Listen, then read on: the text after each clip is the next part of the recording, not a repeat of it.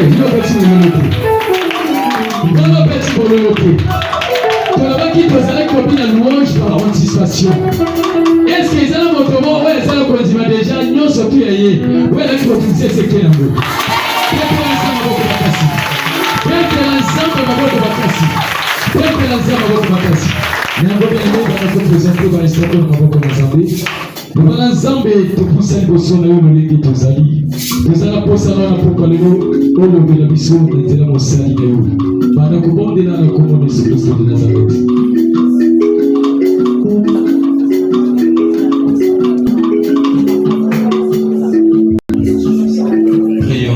Prions. Seigneur, nous te recommandons ces instants en tes saintes et divines mains. Nous sommes déjà à la 4e soirée de ces grands programmes. Tu as commencé à nous bénir depuis les mardis et jusqu'à ces jours, nous croyons que par ta grâce, tu nous béniras encore. Ta parole déclare, voici comme il est doux, agréable pour des bien-aimés de demeurer ensemble.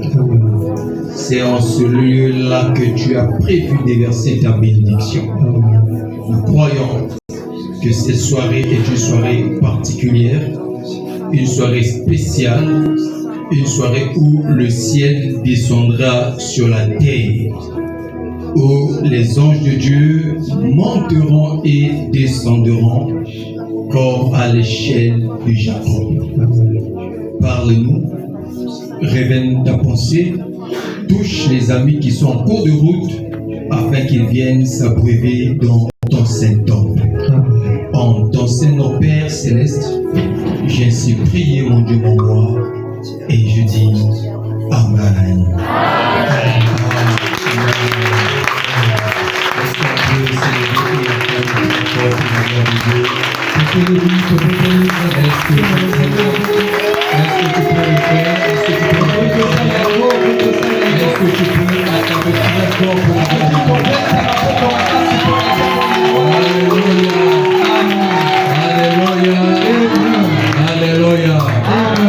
Alors, aide-moi à dire à ton voisin, nous sommes bénis.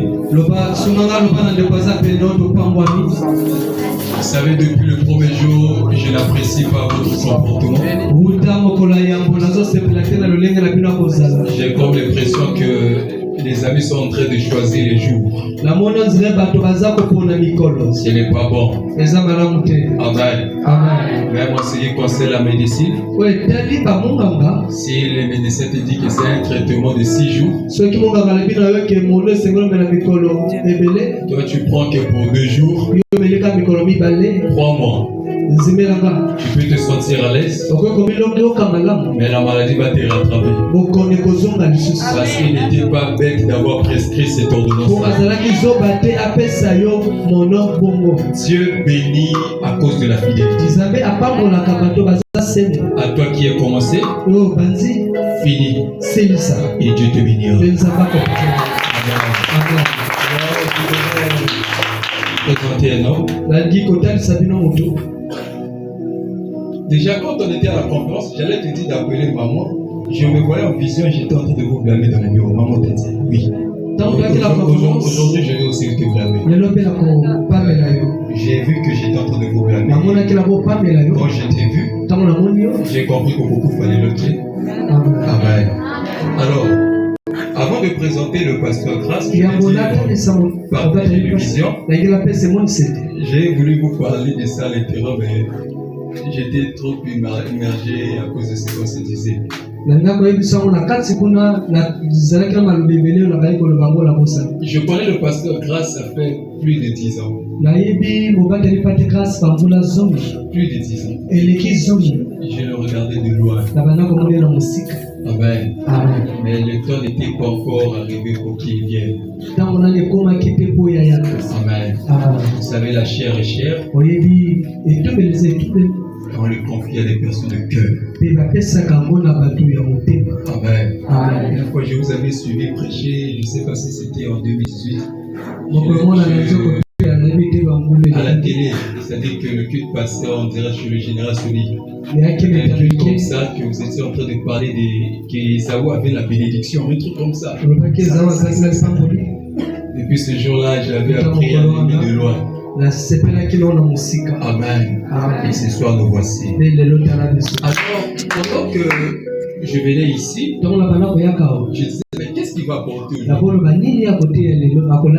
Et je vous voyais avec maman. C'est comme s'il y avait un voyage de congé avec des enfants.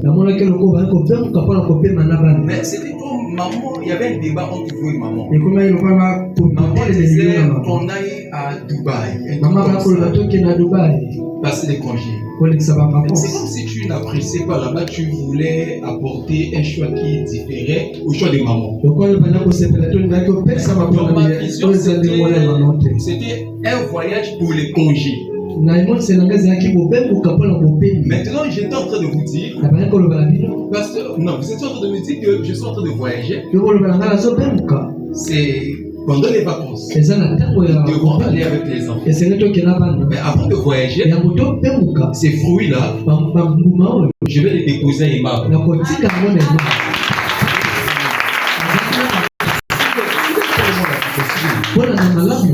Peut-être le pasteur, c'est pas que nous on parle des paroles prophétiques ici, et toi tu sais quand même.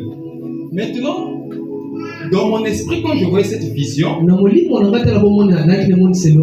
c'est comme si nous on n'était pas dans une période où c'est sans des vacances.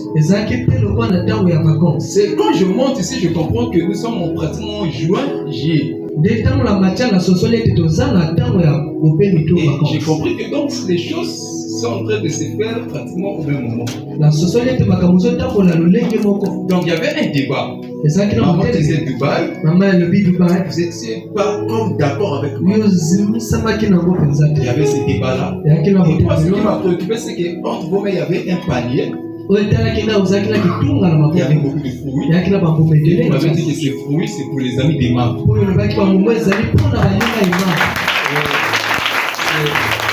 C'est ça qui me préoccupe. Les voyages, je ne sais pas. Mais ce qui produit, ce sont les fruits. Amen. Et tu es prêt à recevoir ces fruits? Pourquoi dans ma vision je vois le voyage? Ça veut dire que si tu es connecté, cette grâce du voyage, on sera encore.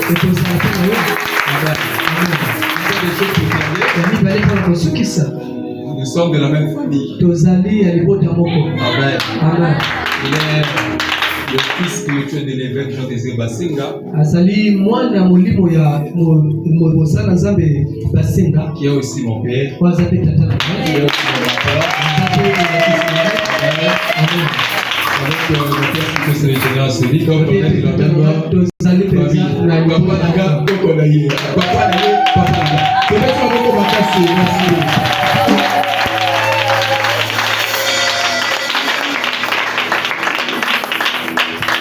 Amen. Amen. Est-ce que maintenant je peux acclamer pour le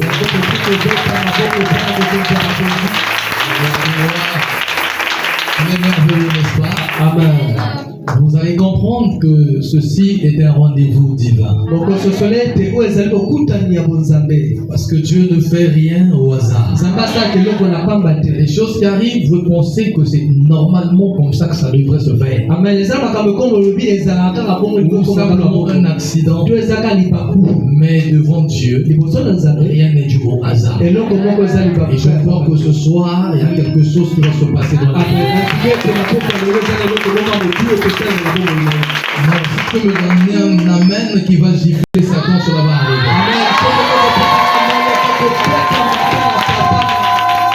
En tout cas, je suis plus qu'émerveillé d'être au milieu de vous. C'est une grande bénédiction pour moi. Parce que j'avais senti dès le départ mon esprit vraiment être content au milieu de vous. Amen. Et lorsque j'avais reçu l'invitation et les circonstances qui l'ont entouré, j'ai compris que c'était l'accomplissement d'un plan divin. Amen. Et j'étais encore émerveillé de voir l'homme de Dieu. Je le lui ai dit, avant même qu'on se voit, je lui ai dit, je suis en train de voir en toi les germes de mon patriarche. Je vous assure que cet homme, si vous le regardez vraiment, alors vraiment, sous un autre œil spirituel, je verrai qu'il a vraiment reçu cette grâce. Et je croyais qu'il était pasteur. Quand j'ai lu qu'il était évangéliste, ça m'a fait rire. Je vous assure qu'il a quelque chose de générationnel.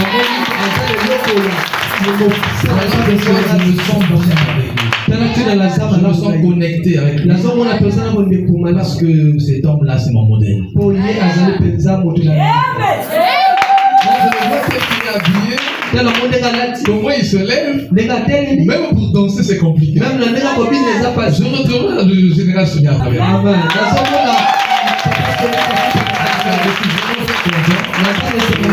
Merci à l'imam.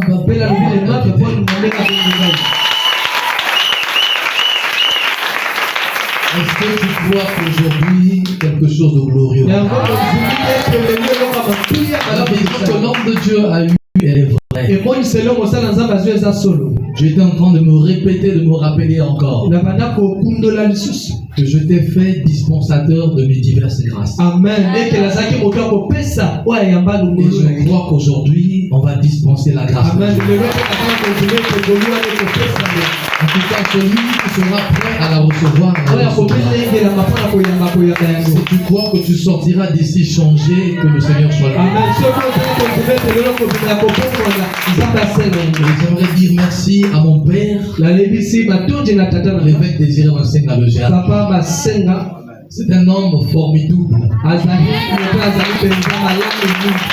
homme plein d'amour. Vraiment, j'ai jamais vu un homme avec un grand cœur comme lui. Mais il est toujours attentif à vouloir tout faire pour te booster. Amen. Et donc vous allez souffrir que de temps en temps, même dans mon message, que je l'évoque. Amen. Parce que c'est lui que je connais le mieux. Et il m'a beaucoup impacté. Amen. Alors que Dieu le bénisse là où il se trouve. Je suis ici sous son mandat et sous son ancien. Tendre Père, j'aimerais te dire merci. Nous voici, Seigneur, tel que toi tu l'as voulu. Ainsi nous te recommandons ces instants. Nous te prions, ô Dieu de gloire, qu'on ces lieux. Pour que notre esprit, ô mon Dieu, mon roi, puisse se manifester. Si ce n'est le Saint-Esprit. Nous ramenons captifs à ton obéissance tout esprit qui ne confesse pas.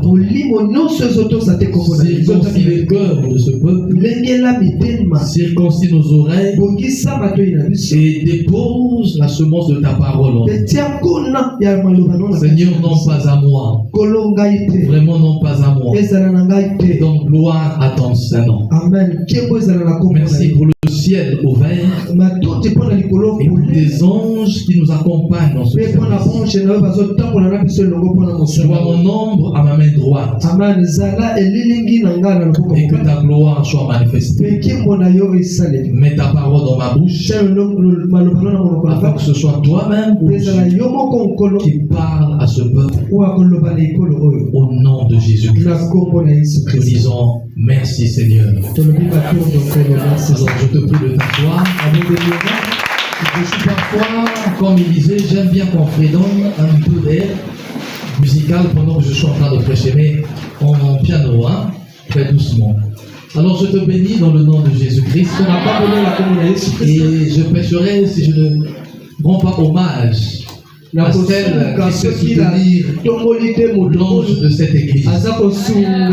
J'étais très heureux hier lorsque le bishop Ben était en train d'en parler. Parce que ces choses sont tellement importantes qu'il faudrait que nous y mettions du sérieux. L'équilibre de l'homme de Dieu. Notre équilibre, c'est celle qui est à côté de nous. Si elle ne nous donne pas la paix, c'est difficile d'être équilibré dans soi. Et aujourd'hui, je suis un peu malheureux parce que je suis venu seul. C'est la toute première fois que je vais prêcher quelque part et mon épouse n'est pas avec moi. Parce qu'elle est ma première intercesseure. Amen. Elle a été empêchée parce qu'elle est dans un deuil. Amen. Elle a perdu sa tante paternelle. Donc elle n'a pas pu venir, mais elle m'a dit transmets mes salutations au peuple des mâles. Je nous fais grâce prochainement. Je ne manquerai pas d'être avec lui. Amen. Amen. Peuple des mâles, vous êtes bénis ce soir. Vous êtes bénis pendant cette semaine parce que Dieu s'est souvenu. J'ai toujours l'habitude de dire, lorsque Dieu donne la vision, il a déjà préparé la provision.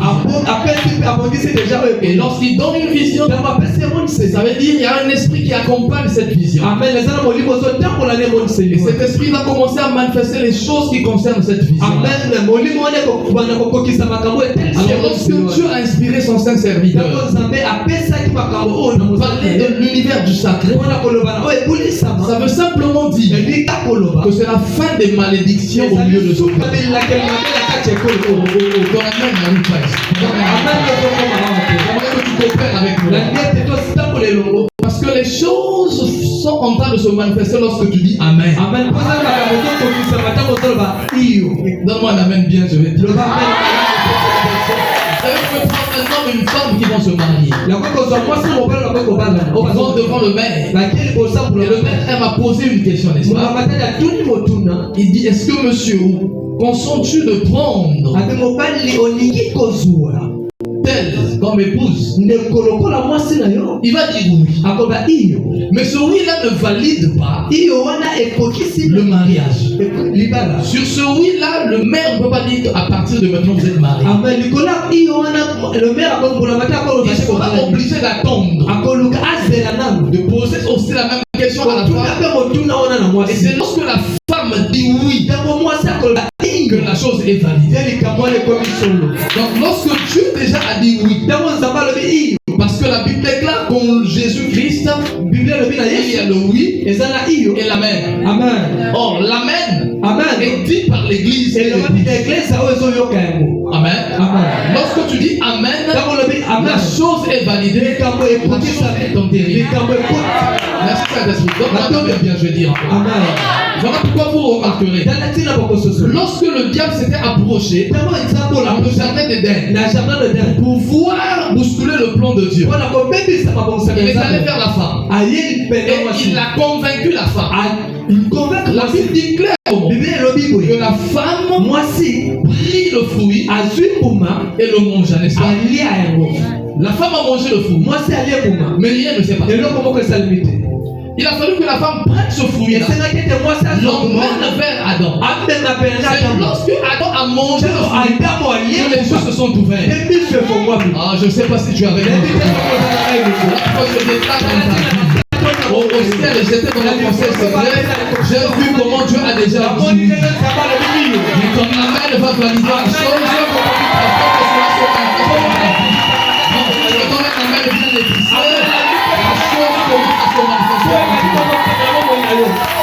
L'univers du sacré. L'univers du sacré. C'est le moment de ta bénédiction. Parce que ce sont des choses qui embrouille, qui complique la destinée de plusieurs. Tu sais, tu peux te débattre dans la vie. Mais lorsque tu ne connais pas la cause de tes souffrances, tu ne pourras rien y faire. Tu vas continuer ce cycle de malheur et de souffrance. Mais lorsque tu connais la cause, alors tu es prêt à avoir la solution. Voilà pourquoi Dieu, voulant bénir le peuple des Arabes, est venu donner ce terme afin que nous puissions être ouverts concernant ce qui concerne le sacré. Je ne vais plus finir le sacré, on l'a suffisamment fait par les auditeurs. Mais pour simplifier simplement, j'aimerais dire que tu retiens une fois pour toutes que le sacré, c'est ce qui s'attache à Dieu. Le sacré, c'est le domaine de Dieu. Le sacré, c'est ce que Dieu a déclaré comme interdit. Ce que Dieu a mis à part. J'aimerais insister sur l'interdit afin que vous compreniez, mesdames et messieurs, que là où il y a l'interdit, comprends qu'il y a une sanction quelque part. On ne peut pas braver l'interdit impunément. Et lorsque j'ai vu ce qui s'est passé ici, j'ai dit gloire au Seigneur. Parce qu'ils ont vraiment dit ce que j'avais prévu dire. Voilà pourquoi aujourd'hui, j'aimerais m'attarder sur les pénalités, sur les conséquences, afin de te faire tirer de là. Donc on amène bien. Tu ne peux pas toucher à l'interdit et rester impunément. Ainsi, beaucoup de vies ont été affectées. Beaucoup de choses ne marchent pas. La cause, c'est qu'on n'a pas eu un respect à ce qui est sacré. Je vais essayer un peu de toucher certaines choses qui sont sacrées et relever les conséquences lorsqu'on y touche. Et par la suite nous allons prier. Aucune malédiction ne va te donner. Aucune réclamation ne va encore aucun lien ne pourra encore crier en toi. Parce que Dieu va te débarrasser afin que tu entres dans ta destinée. Si on me donne un amen que la chose soit l'interdit est du domaine de Dieu. Tu ne peux pas faire une vie chrétienne. Tu ne peux pas avoir une vie de la foi où il n'y a pas des interdits. Dieu s'est arrangé à mettre des choses à part où on ne peut pas aller au-delà, pour lesquelles on ne peut pas traverser. Bien évidemment, on va parler de la loi parce qu'on a comme l'impression que c'est à partir de la loi qu'il y a eu des interdits. Alors que je disais que l'interdit, le sacré est du domaine de Dieu. Et ça précède la loi. Est-ce qu'on peut faire un voyage avec moi? Est-ce qu'on peut faire un voyage avec moi? J'aimerais nous ramener à ce qui était avant la loi. Au niveau du jardin d'Éden. Même là, dans le jardin d'Éden, où il n'y avait pas encore de péché, où tout était parfait. Mais Dieu déjà était en train de montrer des choses sacrées. Il y avait déjà des interdits. Écoute, une vie chrétienne sans privation, une vie chrétienne sans interdit, c'est une vie faible. J'aimerais rappeler à quelqu'un, en vérité, si tu es chrétien, tu n'as pas été appelé à être faible. Mais ton Dieu ordonne que tu sois puissant. Ton Dieu ordonne que tu puisses régner. Ton Dieu ordonne que tu sois toi l'autorité suprême, que tu régner dans ton environnement. Et pour vivre cela, il faudra que tu rentres dans le respect de ce sacré. Je disais que dans le jardin d'Éden, Dieu avait déjà établi l'interdit. Il a dit à Adam et à Ève, vous pouvez manger de tous les arbres. Vous pouvez manger de tous les arbres. Sauf l'arbre qui est au milieu du jardin. C'est-à-dire que là, dans le jardin d'Éden, où tout était parfait, Dieu déjà préfigurait qu'il y a des choses qu'on ne peut pas toucher. Il y a des choses auxquelles on ne peut pas se hasarder. À faire comme l'on veut. Donc j'aimerais dire à quelqu'un, la vie chrétienne n'est pas une vie de permission. Non, on ne peut pas tout faire dans la vie chrétienne. Il y a des choses qu'on peut faire, mais il y a des choses qu'on ne peut pas faire. Et lorsqu'on fait ce qu'on ne peut pas faire, lorsqu'on touche à ce qu'on ne peut pas toucher, c'est alors que le diable a le pouvoir sur nous. C'est alors qu'il profite pour pouvoir nous accabler. Mais lorsqu'on demeure dans le respect de ce que Dieu a déclaré, il montre qu'il descend. Il ne pourra jamais te toucher. Voilà pourquoi je déclare dans la vie de quelqu'un, lorsque le sacré sera restauré dans ta vie, lorsque le sacré sera restauré dans ta vie, aucun sorcier de ta famille ne va plus te toucher. Je dis aucun démon de l'enfer ne va plus t'affecter, parce qu'ils comprendront que ce n'est plus toi, mais c'est Dieu réellement qui sera manifeste en toi. Parce que toute la divinité va se manifester en toi en respectant le sacré. Comprenez, mesdames et messieurs, que dans la vie chrétienne, dans notre vie de foi, il y a des choses que Dieu a déclarées, des choses que Dieu a mises à part, des choses ou des sommes qu'on ne peut pas toucher. J'aimerais revenir là-dessus. Nous voulons lire la parole de Dieu dans le livre de 1 Timothée. 1 Timothée 3.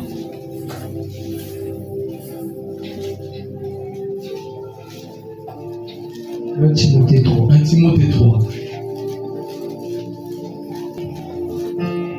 Nous allons lire à partir du verset 14 et 15.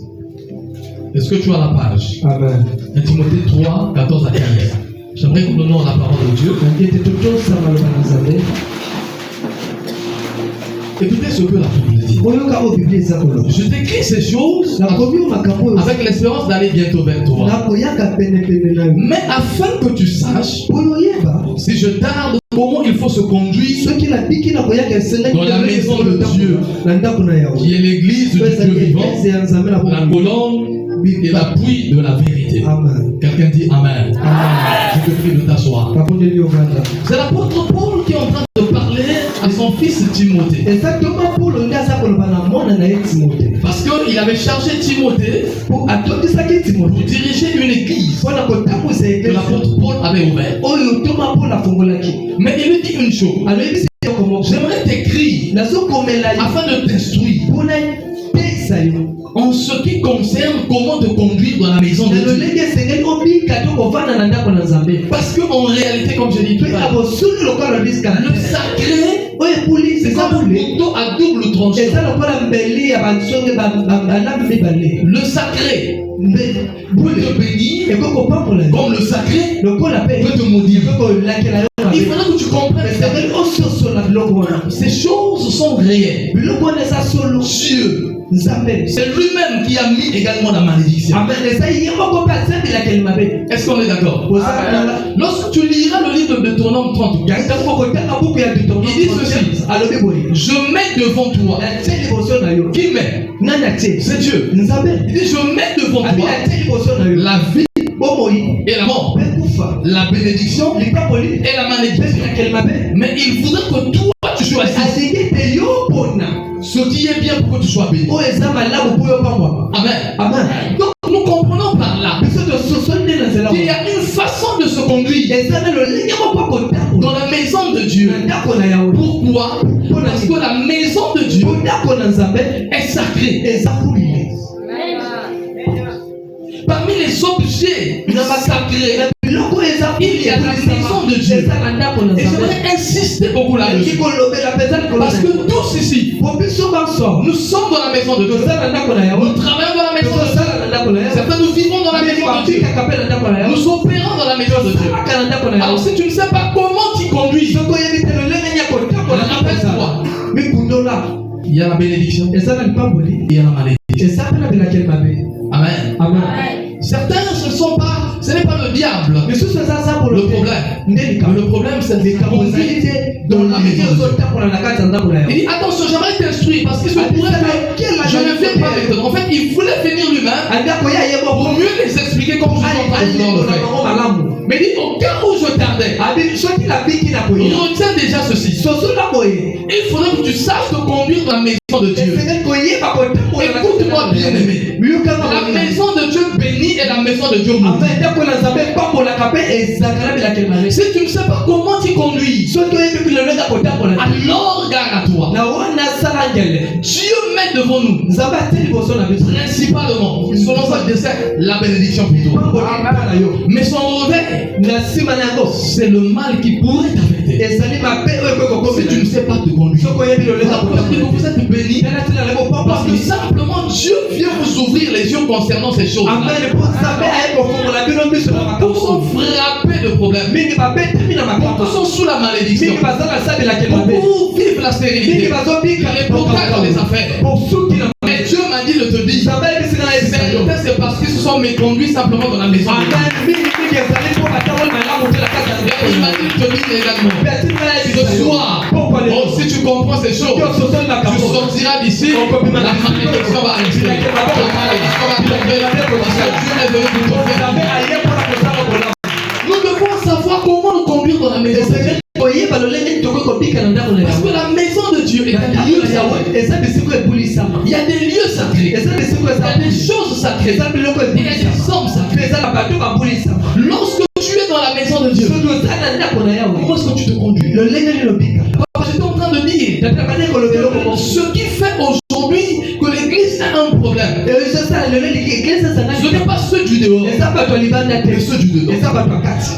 Amen. Quand on prêchait à quelque temps à mon église concernant le temps. Et j'étais en train de réaliser. J'appelle ça une prophétie du frère Patrice. Où il a dit, j'ai cherché le monde, mais je n'ai pas trouvé dehors. J'ai trouvé le monde dans l'église. Pourquoi? Parce que ceux qui ont cru en Jésus, ceux qui sont venus dans l'église, ils se comportent comme si c'était la maison de son père, la maison de son parent. Non, écoute-moi, cette maison-là, même si elle a été bâtie par les mains d'hommes, mais dès l'instant où nous avons décidé de dire que c'est le lieu où nous viendrons pour pouvoir prier, automatiquement il a été consacré à Dieu. C'est devenu un lieu sacré. Même s'il n'y a personne dans la maison de Dieu, même si le pasteur n'est pas dans la maison de Dieu, tu peux te retrouver seul dans la maison de Dieu. Mais tu dois avoir une crainte révérentielle. Tu dois te dire que ici, c'est la maison de Dieu. Donne-moi un amen bien. Donne-moi un amen bien. Tu dois réaliser le caractère sacré de la maison de Dieu. C'est ta façon de voir les choses. C'est ton attitude à l'égard des choses de Dieu qui va déterminer ton miracle. Donne-moi un amen bien. Voilà pourquoi tu dois avoir la bonne attitude. Tu ne dois pas t'approcher de la maison de Dieu. Par habitude. Mais c'est par attitude. Excusez-moi. Mais moi je loue les catholiques. Pourquoi? Parce qu'ils sont en respect sacré de la maison de Dieu. Regardez quelque chose que j'avais remarqué. Lorsque un catholique rentre dans l'église, quand il arrive, il fait ça. Et voyez comment il a allé. Pourquoi il sait? Ici, c'est pas quelque chose de normal. Ici, c'est la maison de Dieu. Écoute-moi bien.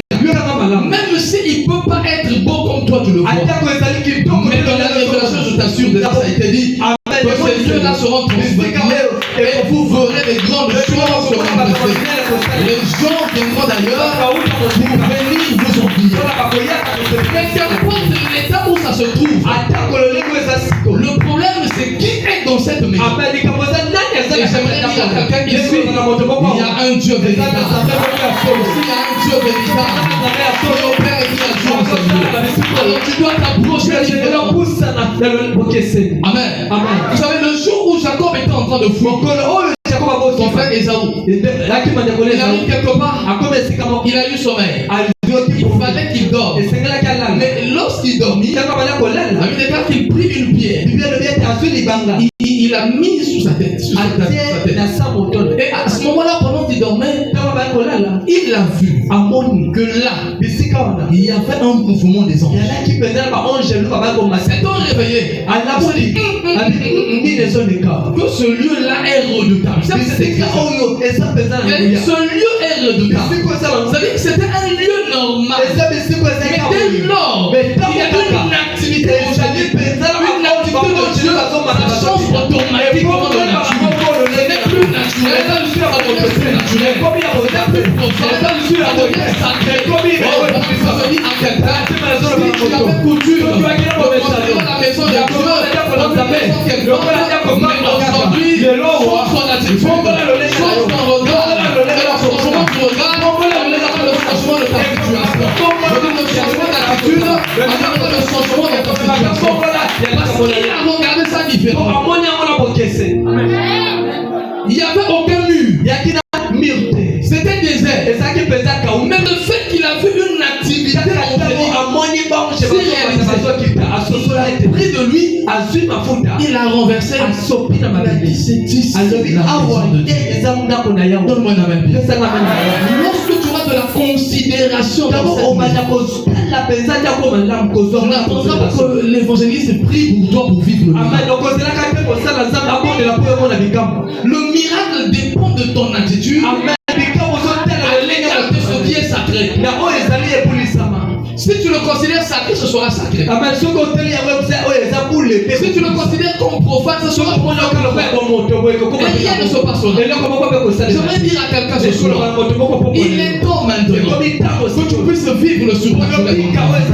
Il est temps maintenant que tu entres dans une dimension de témoignage de ta vie. Tu revois ton attitude à l'égard de l'église. Comment est-ce que tu appréhendes les choses? Lorsque tu quittes ta maison et tu sais que c'est le jour du culte, comment est-ce que tu viens au culte? Cette maison-ci, ce n'est pas un lieu de rendez-vous. En tout cas, je viens décourager quelqu'un. Si tu te disais, je dois aller à l'église, après que j'ai rendez-vous avec tel, à ce moment-là, ta place n'est pas ici. Et tu seras le temps de la face de Dieu.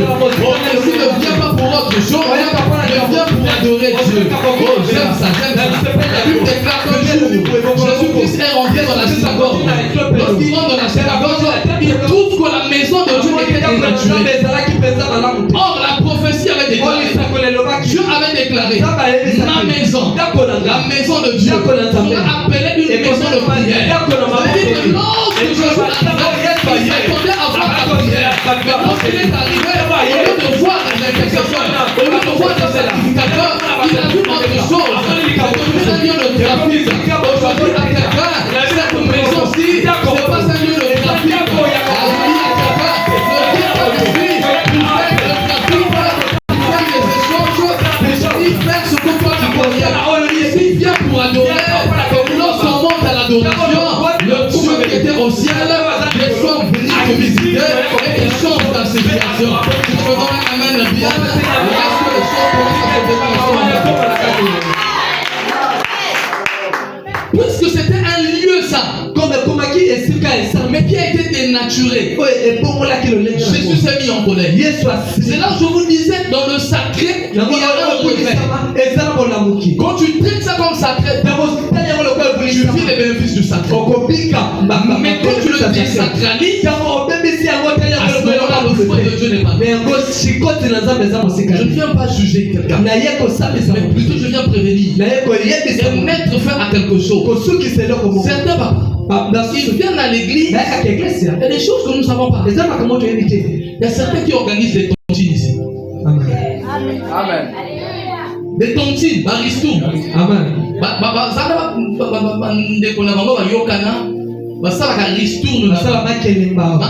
Voilà. Dans quatre églises, ça veut dire que dit que il y a les lotos, un tel est à connu. Mais ça, il n'y a pas de C'est exactement ce qui se faisait en ce moment-là. Ici, là, ce n'est pas un lieu de marketing. Amen. Je répète, ici, ce n'est pas un lieu de marketing. Ta motivation ne doit pas être parce que je dois voir tel. Non. Ta motivation doit être je vais à la rencontre de mon Dieu. Amen. Et lorsqu'on va à la rencontre de Dieu, dans le temps de Dieu, il y a une préparation qu'on doit avoir. Le miracle aujourd'hui, très loin de nous, parce que nous ne nous préparons jamais à venir. Combien prier avant de venir à l'église pour dire que Seigneur, je suis en train d'aller. Amen. Visite-moi, touche-moi. Je suis en train d'aller, Seigneur, ne regarde pas aujourd'hui. C'est ça qui faisait en ce moment-là. Dans l'église, il y avait des miracles. Parce que je me suis toujours étonné pourquoi les miracles sont rares au milieu de nous. Tandis que la parole de Dieu déclare les miracles accompagneront ceux qui auront. Y a-t-il quelqu'un qui a cru ici? Ça veut dire que normalement, à la recherche des miracles, le miracle devrait t'accompagner. On dit à quelqu'un à partir de ce soir, parce que ton regard va changer sur le sacré. Oh, tu ne vas pas chercher le miracle. Le miracle va t'accompagner. Le miracle sera avec toi partout où tu seras, partout où tu iras, au nom de Jésus. Ce n'est pas nécessairement l'homme de Dieu. Amen. Qui doit déclencher le miracle. Le miracle est déclenché par toi dans la façon dont tu viens vers lui. Donne-moi la main. Amen. Lorsque nous lisons l'histoire de la femme à la perte du sang, la Bible nous dit ceci, que depuis sa maison, elle s'était dit dans son cœur, seulement je m'approche de cet homme. Donc la décision vient depuis que tu es chez toi. Depuis chez toi, je vais à la maison de Dieu. À ce moment-là, je dois me préparer. Écoute-moi, ce lieu-là est saint. Ce lieu-là est saint. C'est le lieu où il a décidé de faire résider son nom. Amen. Quand tu viens, tu n'as même pas besoin d'un pasteur. Si tu viens trouver le pasteur, tu peux voir à Dieu. Mais ce n'est pas là. Le Dieu qui est dans ta maison, dans sa maison, il va te visiter. Voilà pourquoi devant le problème qu'il avait, il n'a pas cherché quelqu'un d'autre. Elle a attendu que l'église soit vide. Et les gens sont partis. Parce que toi tu crois que pendant que nous savons le but, à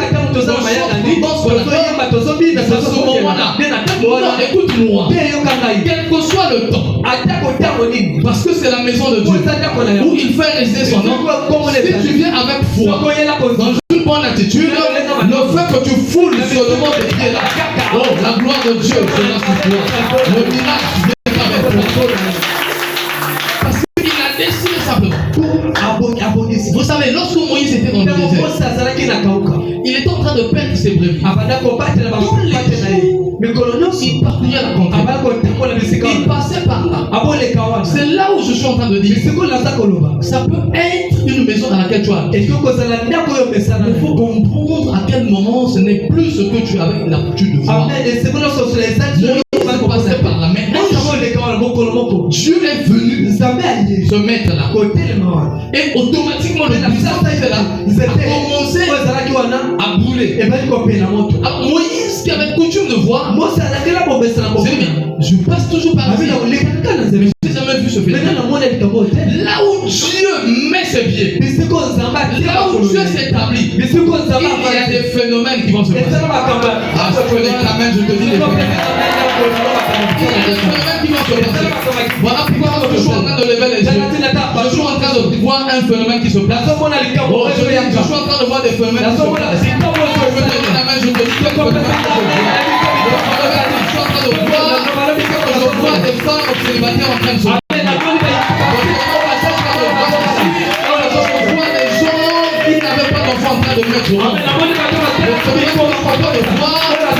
Je vois des gens qui étaient en bas être élevés.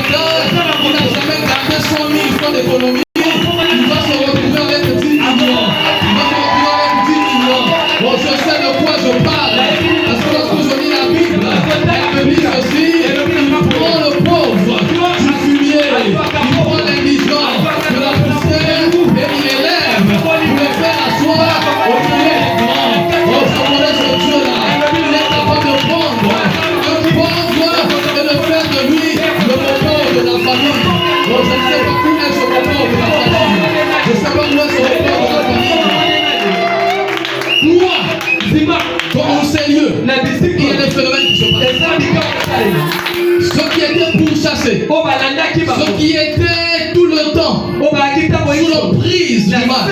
Mais en venant en ces lieux, à cause des phénomènes qui se passent, la chose va changer. La situation va changer. Dans la maison de Dieu, il y a des phénomènes parce que ce lieu est sacré. Dans la maison de Dieu, il y a des choses qui se passent. Dans la maison de Dieu, on reçoit la paix. Oh, Samuel était couché. Il dormait tout le temps dans la maison de Dieu. Mais un jour, il a reçu la paix de Dieu. La paix bizarre. Et même son père n'a pas pu l'écouter. Je dis à quelqu'un ce soir, Dieu va t'appeler à quelque chose auquel tu ne pensais jamais. À quelque chose auquel tu ne m'imaginais pas. Oh, tu me ramènes bien que les choses sont placées ainsi dans la vie. Tu dois comprendre ce lieu. La maison de Dieu, on joue pas avec. Lorsque tu as la révélation, c'est le lieu du miracle.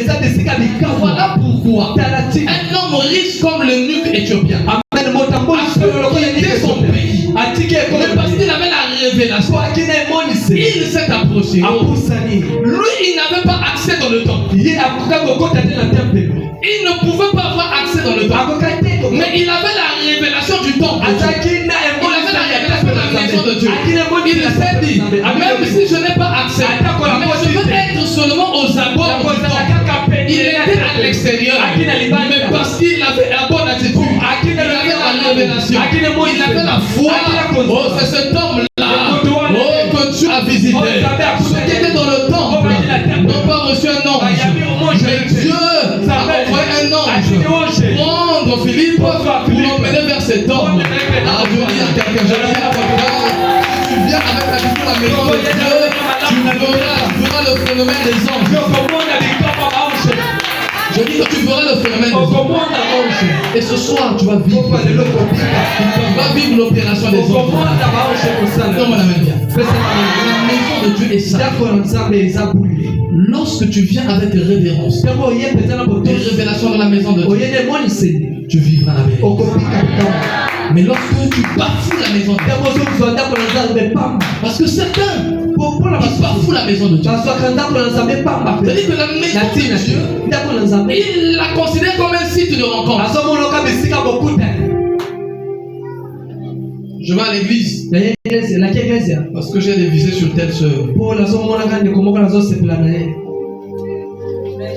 Comme ça, l'église, je vais la voir. Pendant que le pasteur est en train de prêcher, eux, il faut que c'est changer les coups d'œil, que des regards. Na poko alelu. Nzamba kambula. Ton regard ne devrait pas être vers l'autre, mais ton regard devait être élevé vers celui qui est élevé. Parce que je comprends pas ce que c'est que la maison de Dieu. La maison de Dieu sanctifie. C'est ça que c'est. Il y a des gens, le fait simplement de venir avec une révélation et atteindre la maison de Dieu. Amen. La maison de Dieu est plus qu'une ville de refuge. Amen. C'est des villes que Dieu avait demandé à Moïse d'établir. De telle sorte que lorsque quelqu'un a commis un meurtre et qu'il était pourchassé, mais s'il court et arrive dans cette ville, quel que soit ce qu'il avait fait, on ne peut pas continuer à le pourchasser. Ça devient une ville de refuge. Ici, il y a mieux qu'une ville de refuge. Je dis ici, il y a mieux qu'une ville de refuge. Voilà pourquoi je prophétise dans la vie de Dieu pour ça que l'on donne la main.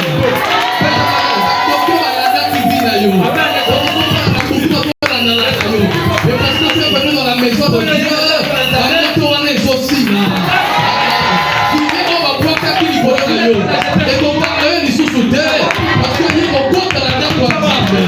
Oh, est-ce que le Dieu de cette maison puisse assurer la couverture, puisse te sécuriser et puisse te protéger? La maison de Dieu c'est une ville de refuge. Amen. Amen. Viens avec révélation. Et à côté de cela, j'ai parlé du lieu. Il y a aussi des objets sacrés. J'aimerais un peu m'apesantir sur certaines choses. Écoutez, beaucoup sont en train de s'attirer la malédiction. Beaucoup ouvrent des portes. C'est parce que, comme j'ai dit, et comme a dit l'apôtre Paul, ils ne savent pas comment se conduire dans la maison de Dieu. Oui, la maison de Dieu, elle est sacrée. Tout ce qui est dans la maison de Dieu est automatiquement sacré. Et ça, c'est un piège pour plusieurs. Et là, j'aimerais insister pour dire, tu peux avoir apporté même la chaise que tu vois. C'est toi qui l'as apporté. Mais dès lors que tu l'as porté, dès lors que tu l'as donné à Dieu, et qu'elle est dans la maison de Dieu, ça devient un objet sacré. Ça t'appartient plus, ça appartient à Dieu. Il n'est pas normal. Écoutez, le problème aujourd'hui, on a comme l'impression que Dieu ne frappe. En réalité, comme l'apôtre Paul sait que tout plus de sa longanimité, de sa patience, car la bonté de Dieu doit nous pousser à la repentance. Mais beaucoup meurent. Beaucoup se retrouvent avec des problèmes, y compris parce que Dieu a permis qu'on te révèle ces choses. Tu es en train de profaner les choses de la maison de Dieu.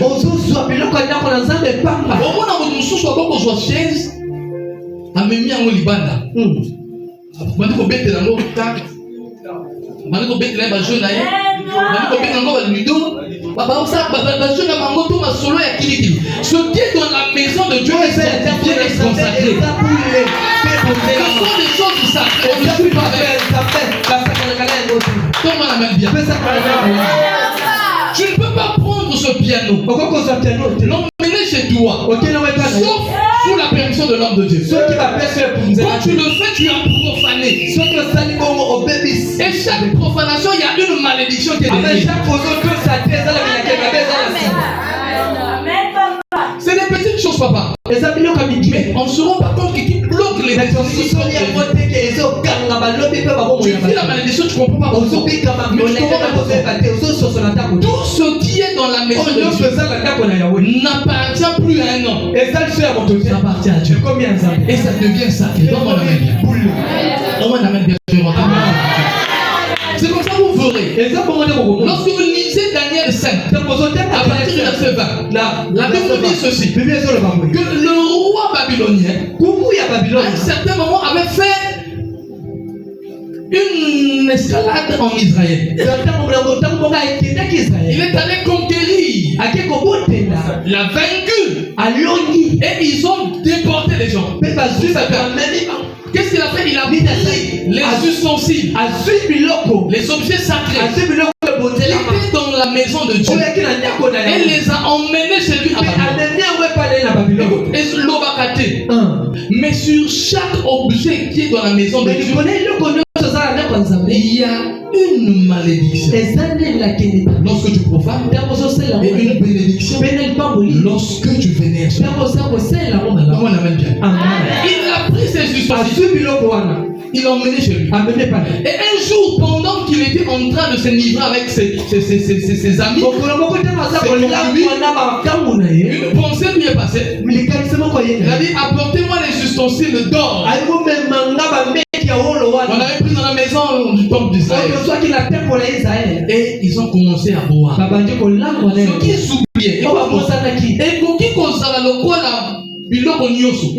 Mais ça, donnez-nous mon côté. Amen. Amen. Ça peut être la même chose. Comme tout ce que vous avez fait. Mais dès que ça vient de la maison de Dieu, ça revient caractère sacré. Amen. À l'instant où il a pris ces choses, ils ont commencé à boire. Dieu au ciel s'est fâché. Une main est apparue et a commencé à écrire. Compter, diviser. Et Dieu a prononcé sa sentence. Tu ne peux pas toucher aux choses sacrées et rester impuni. Tu peux rater ton trône. Tu peux rater ton mariage. Tu peux rater des opportunités. L'accord, c'est parce que tu as profané ce qui est sacré. On ne joue pas avec le sacré. Combien de fois tu as joué avec les choses de l'église? Combien de fois tu as profané ce qui est dans le temple de Dieu? Tu ne peux pas le faire. Sauf sous la permission de l'homme de Dieu.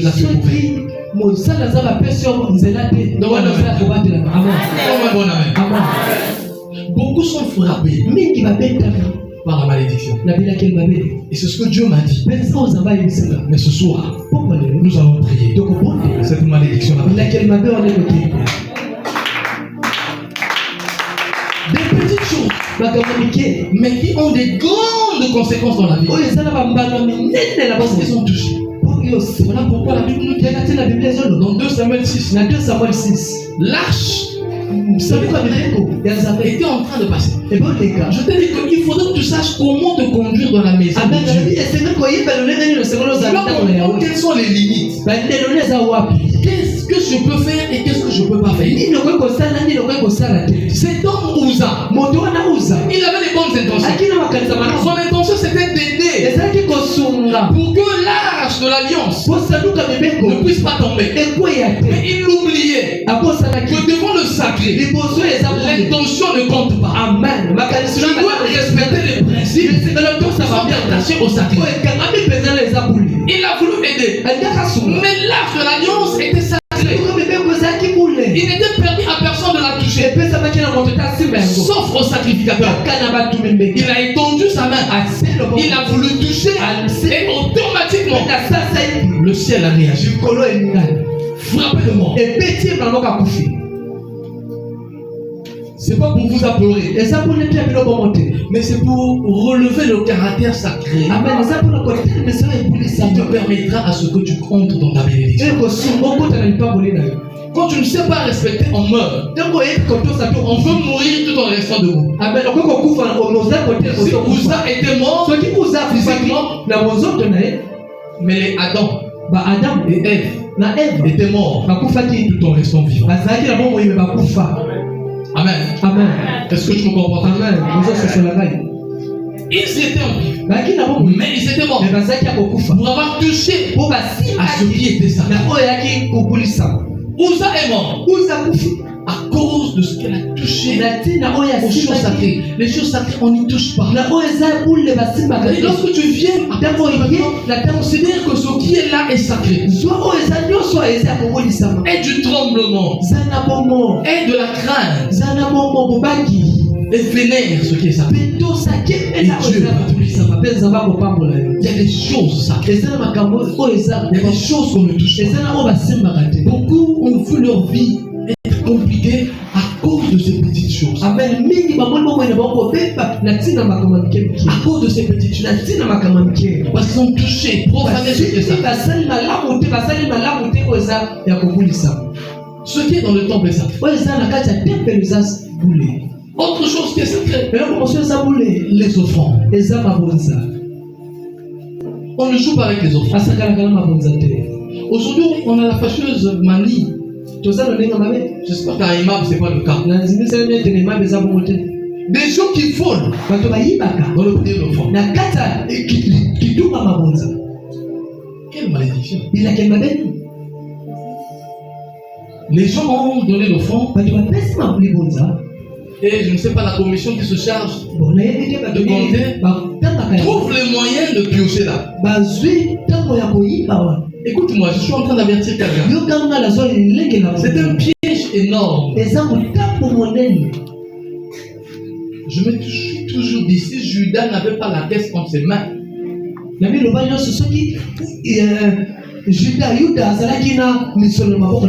il ne serait peut-être pas perdu.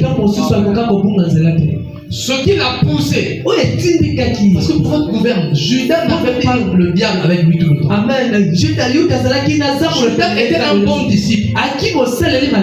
Il était un bon disciple jusqu'à un instant, parce que attiré par la caisse du ministère de Jésus, il plongeait que chaque fois qu'il plongeait, Satan se rapprochait de lui. Une porte s'ouvrait. On ne joue pas avec les offrandes. Parce que le front est sacré. La dîme est sacrée.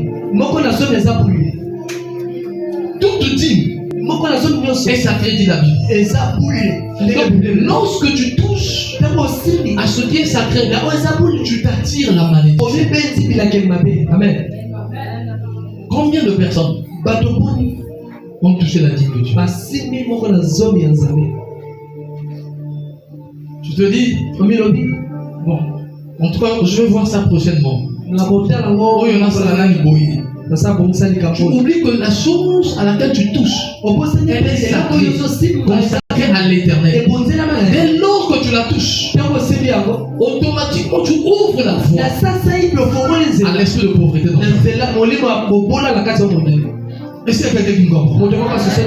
En tout cas, j'aimerais d'abord te conscientiser. Je sais que ça pourra te faire peur. Mais c'est ça, pendant que je suis en train de parler, tu vas te rappeler de tout ce qui s'est fait et tu vas chercher ta délivrance. Mais aujourd'hui, tu vas te délivrer. Beaucoup sont maudits à cause de ça. Ils se disent c'est mon argent. Non, ce n'est plus ton argent. Donc ton argent là, il y a une portion qui est consacrée à l'éternel. Chaque fois que tu touches, il a dit dans Malachie 3:10, n'est-ce pas? Vous êtes frappé par quoi? Par la malédiction. Et tu te plains pourquoi mes affaires ne marchent pas. Mais je peux te rassurer, Dieu bénit. Dieu donne l'argent. Et il n'y a pas de préalable à ça. Quand Dieu veut te bénir, il te donne ce que personne autour de toi n'a jamais reçu. Mais tu sais de quoi je parle. Dieu bénit. J'ai connu une galère amère.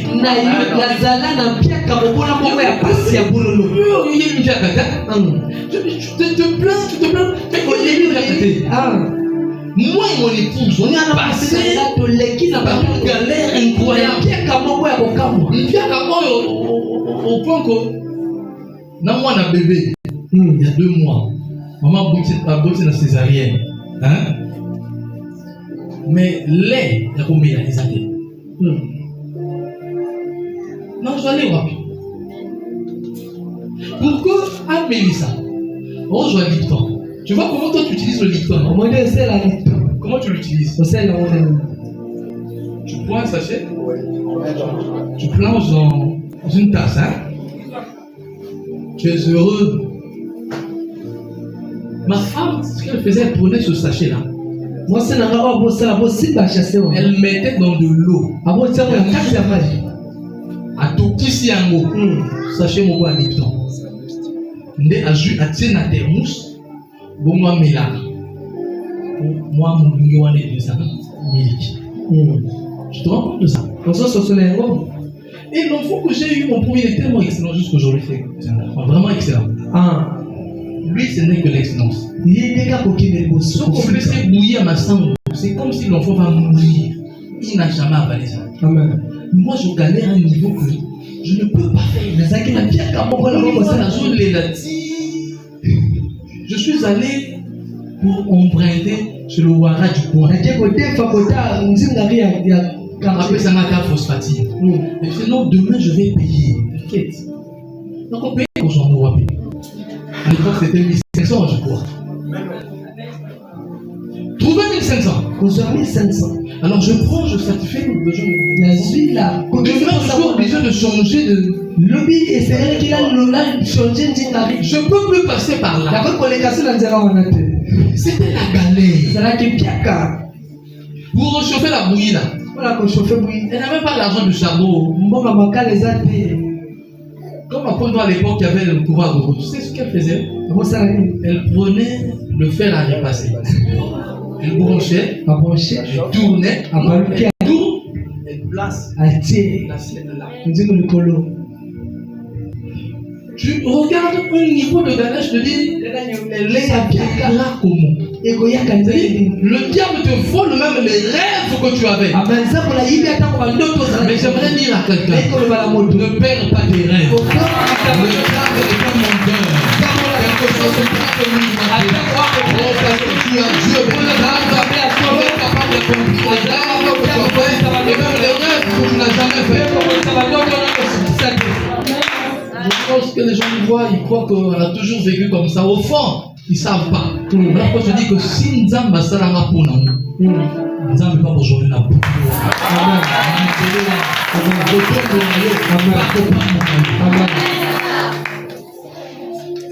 Jusqu'à 35 ans. Qui n'a 35 ans? Vous ne savez pas comment monter dans l'avion. Voilà pourquoi je dis à quelqu'un, t'inquiète pas. Dans ce que l'on est en train de t'enseigner. Respecte le sacré. Respecte ce que Dieu dit. Tu vas vivre des choses extraordinaires. Tu vas vivre des phénomènes bizarres. 35 ans, mais aujourd'hui, j'ai été obligé de ne plus monter les voyages parce que ça devenait trop de problèmes à cause de moi. Je peux aller dans n'importe quel pays du monde quand je veux. Je suis capable de rattraper le retard.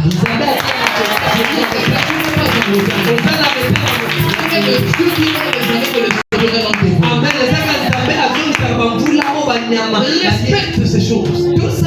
Respecte ces principes. Respecte le sac. Et une cause encore. J'aimerais finir par là. On en a parlé hier, mais j'aimerais revenir encore là-dessus. C'est l'homme de Dieu. L'homme de Dieu est sacré. Alors, vraiment sacré.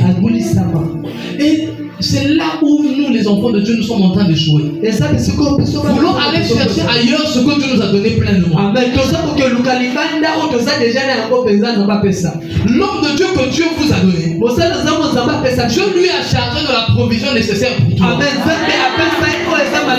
Quand tu es venu ici, Dieu avait déjà mis en lui ce qu'il faut pour ta situation à travers lui.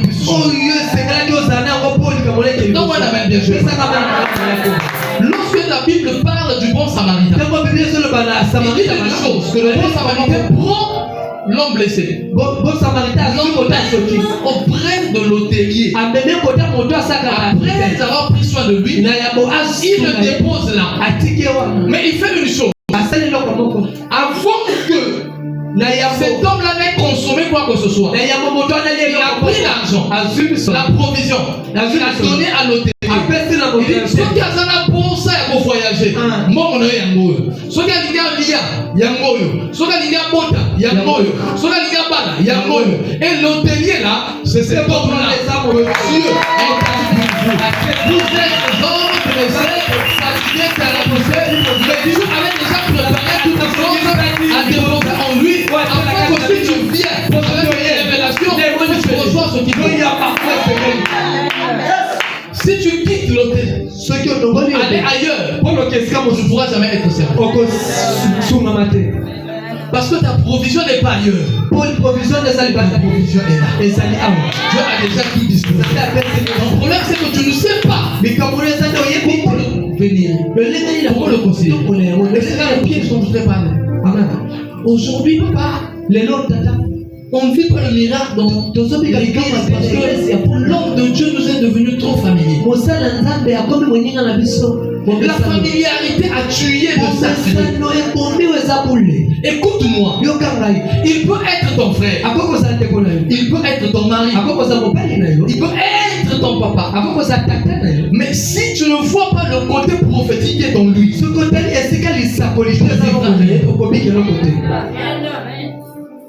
comment est-ce que tu l'approches? Comment est-ce que tu le considères? Tu peux être plus âgé que lui. Selon l'âge terrestre. Mais c'est lui que Dieu établit. Si tu te considères comme ça, tu vivras pleinement la bénédiction de Dieu. Aujourd'hui, le sacré est foulé aux pieds parce que nous sommes devenus tellement familiers. On s'est habitué. Il faudrait qu'on restaure ces choses-là. Dans l'ancien temps, Dieu lui-même s'est arrangé à mettre une différence, une division entre le camp du peuple et le camp des sacrificateurs. On va y revenir sur ce passage. Lévitique 21, le verset 8. La Bible dit ceci: tu regarderas le sacrificateur comme saint. Il sera saint pour toi parce qu'il offre pour l'aliment de ton Dieu. Analysez bien cette phrase. La Bible dit: tu regarderas le sacrificateur comme saint. En réalité, ce qui est comme n'est pas. Il n'est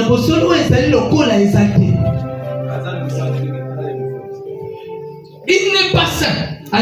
Mais Dieu dit que toi tu le regarderas comme saint. Ce qui nous a privé de la bénédiction, ce qui nous a privé de ce qui nous pas nous appartient, parce qu'au lieu de le regarder comme saint, nous regardons à toutes les faiblesses qu'on peut avoir.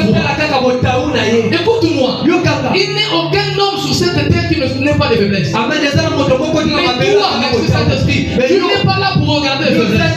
Le jour où Dieu dit à Abraham: lève-toi, prends l'enfant Isaac et monte à la montagne pour pouvoir le sacrifier. La Bible déclare que lorsqu'ils arrivaient quelque part au pied de la montagne, il a dit à ses serviteurs: vous restez là. Il a pris le bois, il a chargé sur Isaac et lui, il est resté avec son couteau. Il marchait, père et fils. Le père avait le couteau, mais Isaac le fils s'est interdit de regarder au couteau. Le couteau peut blesser, le couteau peut tuer, mais Isaac, ayant la révélation, n'a pas regardé au couteau. Alors qu'il connaissait la loi, il connaissait la coutume à l'esprit, il savait que pour sacrifier, il faudrait qu'il y ait un agneau, une brebis, un taureau. Mais là, il n'était que deux. Normalement, il savait, il se disait: ce papa-là va me sacrifier. Mais malgré cela, il n'a pas regardé au couteau. Le problème de l'église, ton problème, toi, au lieu de regarder à la sacrifice de Dieu, tu regardes à ce qui peut te blesser.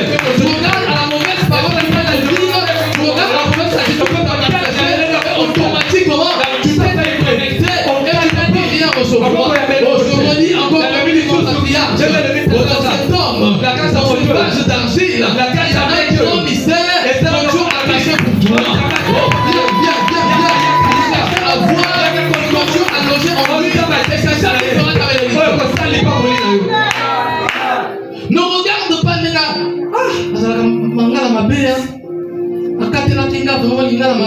non, ça c'est le côté humain de l'homme. Voilà pourquoi il a dit: tu le regarderas comme ça. Ne regarde pas autre chose. Tu sais pas, ce qui m'étonne, c'est que Dieu choisit un homme comme Moïse. Mais un homme avec beaucoup de défauts. Le premier défaut qui est remarquable dans son entretien avec Dieu, il dit: voici je t'envoie pour délivrer ce peuple. Il envoie pour faire quoi? Aller délivrer Israël. Comme Dieu l'a envoyé pour délivrer ta vie. Tout cela qui fait le te tuer. Dieu l'a envoyé. Regardez le profil de l'homme que Dieu envoie. Lui-même le dit. Il dit: Seigneur, je suis un homme. La parole facile. Un homme à la langue embarrassée. C'est-à-dire, il ne sait pas parler. Mais c'est lui que Dieu envoie pour aller parler pour le compte des hommes. Ça, c'est quel Dieu? Normalement, il devait prendre quelqu'un de parfait. Quelqu'un qui a l'art oratoire. Qui a une joute verbale. Mais au lieu de ça, il prend quelqu'un qui bégaye. Pourquoi? Parce que Dieu est celui qui sait choisir les choses faibles pour confondre les choses fortes. Il choisit les choses viles pour confondre celles qui ont du succès. Il a choisi Moïse et il a envoyé. Dieu n'a pas changé le bégaiement de Moïse. Mais c'est un Dieu tout puissant. Un mot suffisait. stabiliser. Que Moïse parle bien. Non. Parce que c'est la façon de faire de Dieu. Voilà pourquoi l'apôtre Paul a compris. C'est lorsque je suis faible, en réalité, je suis fort. Oh, je dis la fête. Ne regarde pas à cela. Ne regarde pas à ces faiblesses. Mais considère-le comme celui que Dieu a envoyé pour ta bénédiction. Dieu se refuse de régler le problème de Moïse. Il l'envoie auprès de Pharaon. Ce qui est étonnant, c'est que lorsque Moïse parle, il est en train de bégayer. Lorsqu'il parle, il est en train de bégayer. Il a du mal. C'est-à-dire Moïse a dit qu'il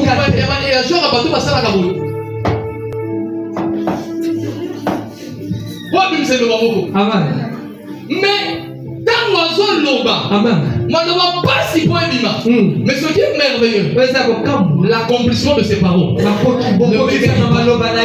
je dis à quelqu'un, mais les paroles qui vont libérer,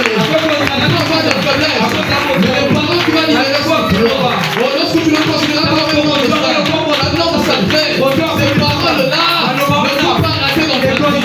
Je dis que ces paroles-là vont faire mal à tes ennemis. Ces paroles-là vont te tirer de la tombe. Ces paroles-là vont t'emmener bien loin. Si tu peux donner la main de Dieu, est-ce que Dieu a quelque chose dans ta vie et qui t'emmène très loin. À cause des faiblesses, on a perdu le caractère sacré de Dieu. Ne le regarde pas comme il est. Il dit il sera saint pour toi. Cette précision veut dire que pour les autres, ton problème aujourd'hui, l'église, c'est que tu es en train de t'allier aux autres qui ne sont pas de l'église pour pouvoir voir que cet homme-là n'est pas. Pourquoi Naoutuna d'abord? Pourquoi toi tu suis le rythme des réseaux sociaux? Question. Est-ce que ta référence est les réseaux sociaux ou ta référence est la Bible? Amen. Lise la Bible. T'as à TikTok, à WhatsApp, à Facebook et ainsi de suite. Amen. Parce que c'est de là-bas que ces choses viennent. Quand tu regardes ces choses, on ne fait pas la camarade des hommes de Dieu. On ne fait que te donner le dégoût des hommes de Dieu. C'est une œuvre du diable. Parce que le diable sait. Si tu le considères comme ça, il ne pourra plus rien faire dans ta vie.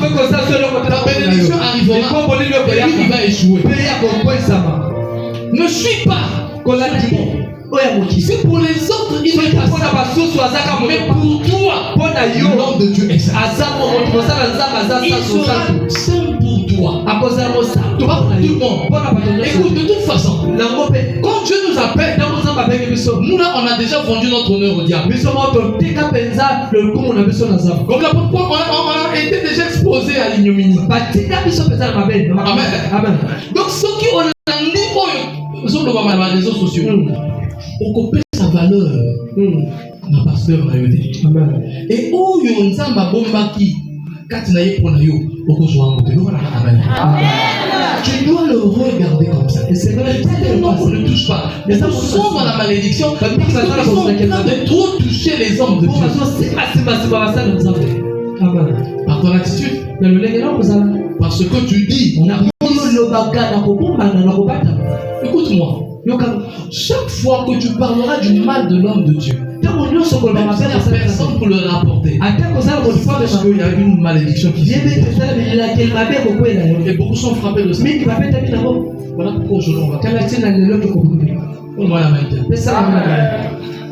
Chaque fois que tu le fais, tu te déconnectes. Vous savez pourquoi? Un homme comme Élisée a marché avec Géasi. Mais Géasi n'a plus rien reçu.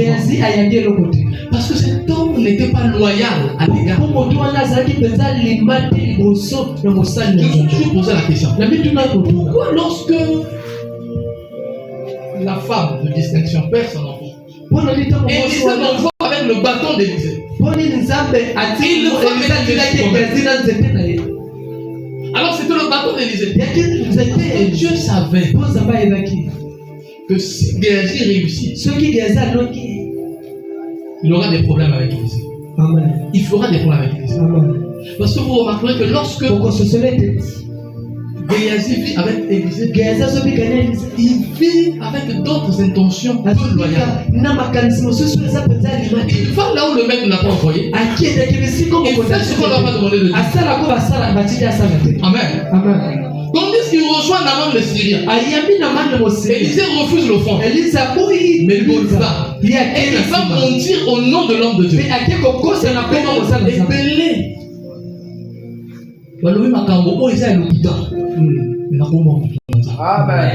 Le Dieu qu'il a appelé ne peut pas te laisser. Et le diable, lorsqu'il voit ça, automatiquement, s'auto-invite dans ta vie et Amen. J'entends t'enseigner ces choses-là afin que tu sortes de ça. Et embrasser maintenant la bénédiction. Dieu n'a pas permis. Parce que si déjà ceux qui n'a c'est Élisée qui a fait le miracle pour guérir le Syrien. On a pas récupérer à mon bon. Comme il faut. Qui est mon coup.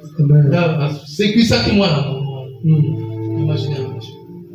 Quand tu n'es pas loyal avec l'homme de Dieu, tu ne peux pas vivre la gloire. Vous savez, la loyauté c'est quelque chose de très précieux et de très important. Je ne connaissais pas, du moins comme on l'a dit, évidemment, les réseaux sociaux, mais ma loyauté envers mon père, afin qu'aujourd'hui je puisse venir. Lorsque tu es loyal envers ton père, le jour où il me consacrait, pasteur, il m'a dit que je n'oublierai jamais. Aussi longtemps que le cordon ombilical sera attaché entre toi et moi, mes anges qui me servent de service, là où j'entre, tu entreras. Et c'est ce que je suis en train de vivre. J'ai prêché dans beaucoup des églises de ses amis qui sont mes pères. Mais parce que je suis simplement loyal à mon père. Amen. Ce que tu as dit là, que tu avais vu à la télévision, il m'a surpris un jour. Il m'a dit un samedi, prépare-toi, on traverse. On est arrivé, il prépare un message. Je n'avais pas idée que ce serait quartier général. Et on est allé. Il a pris le micro, il m'a présenté le général Solide. J'ai prêché ce jour-là et Dieu a fait grâce. Vous imaginez un peu, moi le petit-fils, je suis la seule personne à qui il a fait ça. Parce qu'il a vu des germes de loyauté. Amen. Pour amener de loyauté à ton père, il va t'ouvrir son cœur. Il y a des secrets qu'on ne dit pas à tout le monde. Il y a des choses qu'on ne lègue pas à tout le monde.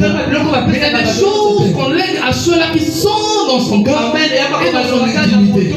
Fais de telle sorte que par ce que tu fais, par ton attitude, que tu sois dans le cœur de l'homme de Dieu. Amen, je vais finir. Lorsque le sacrificateur entrait dans le sacrifice, il portait sur son pectoral les noms des 12 tribus d'Israël. Les tribus n'avaient pas besoin d'entrer là-bas. Mais lorsque lui il entrait, il les voyait. Dieu les voyait là. Lorsque tu es dans le cœur de ton père, lorsqu'il fléchit les genoux et qu'il prie, Dieu te voit en lui et Dieu te reçoit. Dieu te voit en lui, Dieu te voit en lui, et Dieu restaure ta vénération de l'homme de Dieu. Restaure ta loyauté envers l'homme de Dieu. Restaure ces choses afin que ta vie prenne de l'envol. Quand tu feras ces choses-là, tu ne forceras plus. Parce que Dieu sera avec toi. Et il a dit si Dieu est avec toi, si Dieu est pour toi, qui sera contre toi? Voilà pourquoi je déclare du haut de cette chaîne, plus personne ne va s'opposer à toi. Je dis après la prière de ce soir, plus personne ne va s'opposer à toi. Tout ce qui est bloqué en toi va s'ouvrir. Tout ce qui ne marche plus en toi va s'ouvrir. Oh, je déclare que les barrières vont tomber, les murailles vont tomber, parce que Dieu va entrer. Tout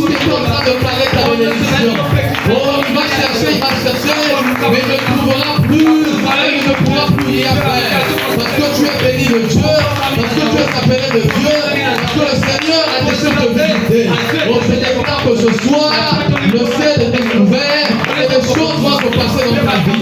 Oh, Dieu va te reconstruire avec toi et tu vivras ce que tu n'as jamais vécu. Prends garde à ces choses.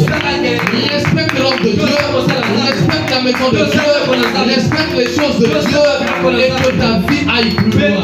Que ta vie prenne de l'envol, que ta vie réussisse, que tu sois un témoignage de Dieu. Que je suis en train de déclarer, que je suis en train de voir les gens à qui le diable avait bloqué les choses. Mais ce soir, Dieu est en train d'envoyer des anges pour pouvoir débloquer cela. Je dis les bénédictions de Dieu en train de faire. Après la prière qu'on va faire, tu sortiras de la malédiction pour entrer dans la bénédiction. Après la prière de ce soir, je vois des gens qui étaient bloqués de la manifestation de la grâce de Dieu. Mais ce soir, ces choses vont se réaliser. Ces choses vont se faire. Sont forcées parce que Dieu est en train de libérer. Est-ce que maintenant tu peux prier avec moi? La prière que nous allons faire, c'est une prière de repentance. Toi-même, tu sais en quoi tu as profané ce qui est sacré. Et des problèmes sont arrivés dans ta vie. Des malédictions sont attachées à toi. Ce que tu fais ne marche pas. Tu fais beaucoup d'efforts. Et Dieu est en train de me dire, il y a quelqu'un qui a fait beaucoup d'efforts. Il y a quelqu'un qui a fait beaucoup d'efforts. Mais ça ne marche pas. Pourquoi? Parce qu'il avait touché quelque chose de sacré. Tu vas élever ta voix. Et nous allons nous repentir devant Dieu. Après cela, nous allons prier. Tu vas voir comment le ciel va s'ouvrir. Tu vas voir comment la gloire de Dieu va descendre. Sois sincère avec toi-même. Sois sincère avec toi-même. Et dis au Seigneur, Seigneur, oui, j'ai profané. J'ai profané le sacré. Devant les hommes, je parais être avec lui. Mais je vais dire des mauvaises choses. Seigneur, j'ai joué avec la bénédiction que tu m'as donnée. Mais ce soir, comme tu as dit dans ta parole, si vous revenez à moi, moi l'Éternel, je reviendrai à vous. Dieu ne peut pas commencer à t'emmener plus loin si tu ne règles pas cela. Il m'a dit ce soir, il a des choses à régler avec des serviteurs. Il a des choses à régler avec les servantes. Et Dieu après ça va susciter une classe nouvelle. Il va susciter une aura nouvelle. Et vous allez servir Dieu comme jamais vous l'avez servi. Avec la gloire de Dieu évidente dans votre vie. Élève ta voix, commence à prier. Éternel, le Dieu tout-puissant, le Dieu véritable, le Dieu d'Abraham, le Dieu d'Isaac, qui est aujourd'hui le Dieu de mon Père Zadam. Oui, papa, tu nous as parlé ce soir parce que ta parole est vie. Ta parole est une pure vérité de tous les temps, éternel Dieu. Il t'a plu de nous parler afin de nous canaliser parce que tu as constaté que nous, ton peuple, nous étions en train de prendre la conscience. C'est là nous que nous devons pouvoir pratiquer l'humilité parce que tu as dit dans ta parole, dans le livre de 1 Jean 1, verset 8 à 9, c'est là qu'il est écrit que si nous disons que nous n'avons pas le péché, nous nous séduisons nous-mêmes et la vérité n'est pas en nous. Mais si nous confessons nos péchés, tu es juste et fidèle pour nous pardonner. Père, nous devons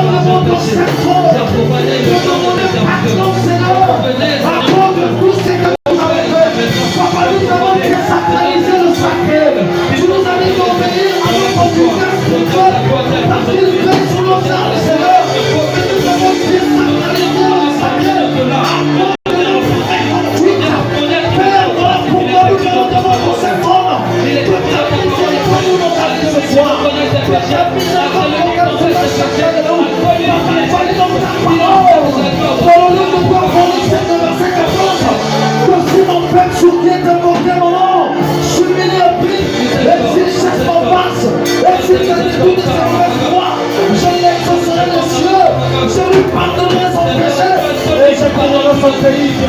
Seigneur, nous venons devant toi. Nous reconnaissons nos fautes. Nous reconnaissons les insuffisances. Nous reconnaissons nos erreurs. Nous n'avons pas pu notre Père comme ça. Oh Éternel, nous avons touché au sacré. Nous avons fait les choses qui sont inférieures à tes yeux. Nous avons attristé à cause de nos actes.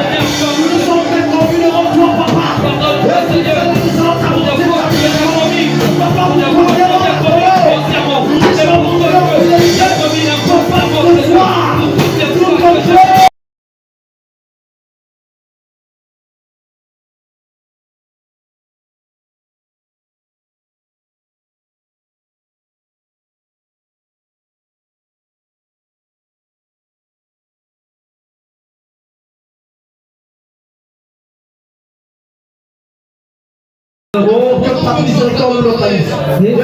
Je suis en train de voir des coulées d'eau comme un torrent. De l'eau qui est en train de couler afin de pouvoir nettoyer.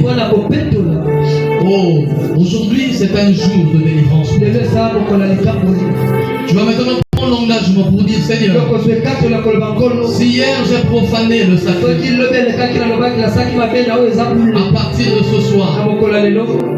à partir de ce soir, je veux marcher dans le respect du Seigneur. Je veux honorer l'homme de Dieu que tu m'as donné. Je veux honorer ton temps. Je veux honorer ce qui est dans le temps. Je veux honorer les choses que tu as déclarées sacrées. À partir de maintenant, Seigneur, je veux me présenter devant toi dans le respect du sacré, afin que même là où ma bouche sera fermée, mais que toi tu vois, Seigneur, mon intérieur, et que tu puisses me visiter. Oh, élève ta voix et dis à Dieu, fais une alliance avec Dieu. Fais une alliance avec Dieu. À partir de maintenant, Seigneur, Éternel, oh, je serai à toi. le Dieu de mon Père Shaddai. Seigneur, Papa, tu as dit dans ta parole que vous connaîtrez la vérité nous affranchira.